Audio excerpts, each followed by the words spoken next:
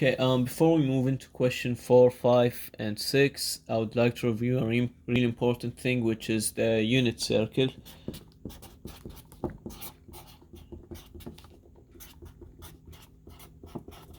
You need to memorize this for calculus 1, pre-calculus, and like all the calculus that you're gonna have from now, so on.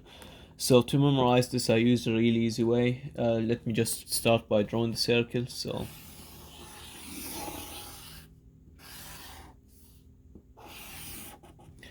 okay, first thing I do is I draw all the lines. We're gonna have 3 in each one.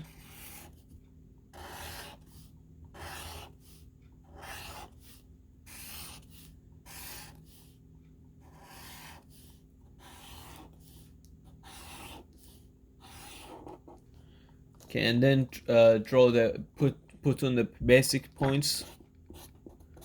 So this is the point where x equals 1, y equals 0, so 1, 0. Over here y equals 1, while x equals 0, so 0, 1. Over here we're going to the negative side, so x would equal to -1, y would equal 0, and over here y would equal to -1 while x equals 0. And we know that a full circle is 2 pi starting from 0, which means that each part is just half pi. So this is pi over 2. This is going to be pi. This is 3 pi over 2. And this is 2 pi. Okay, first thing you need to remember is the closest point to the y-axis is going to be always be something times pi over 3. So start by doing that. It's going to be pi over 3, pi over 3. The closest to the y-axis, so pi over 3.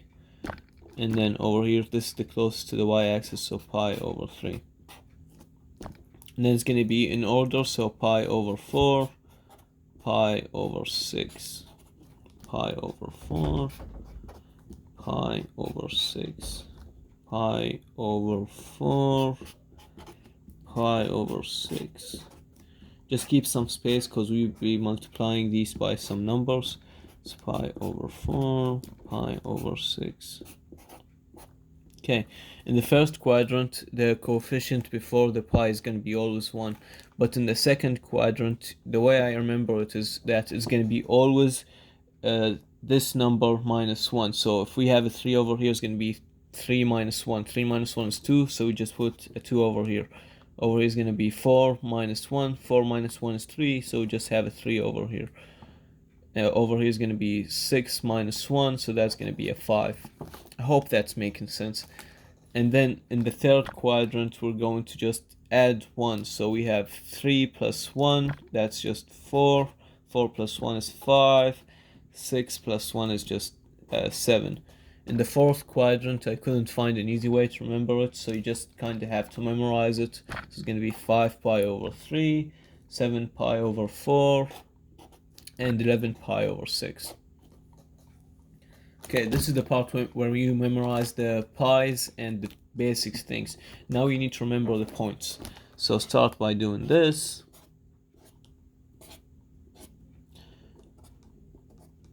Okay, the way I do it is just have these at the beginning, then put 2's everywhere.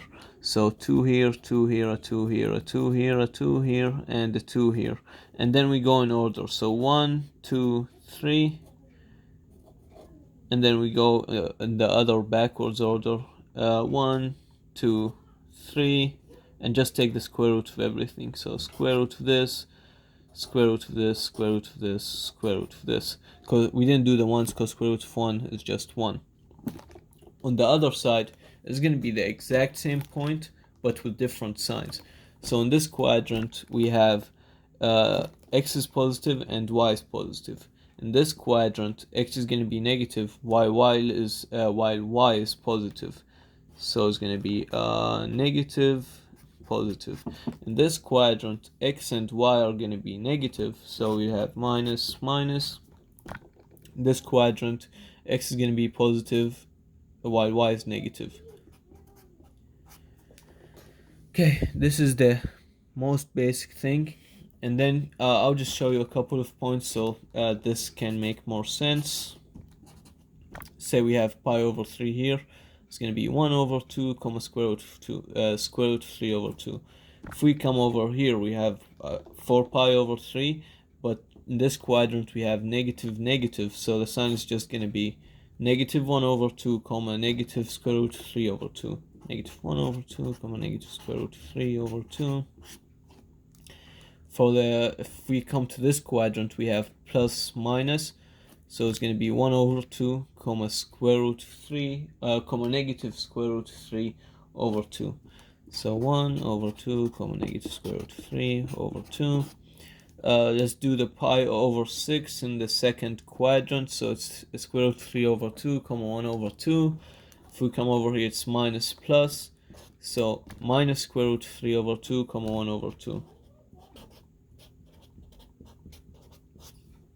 If we do pi over 6 in this quadrant, it's going to be minus minus, so minus square root of 3 over 2 comma minus 1 over 2. Okay, this is the most basic thing that you need to know about the unit circle. I know that my handwriting isn't the best, but I hope this made sense. Okay, in the next video I'll move into question 4, and this is going to be very helpful in the next 3 questions. Alright, thank you.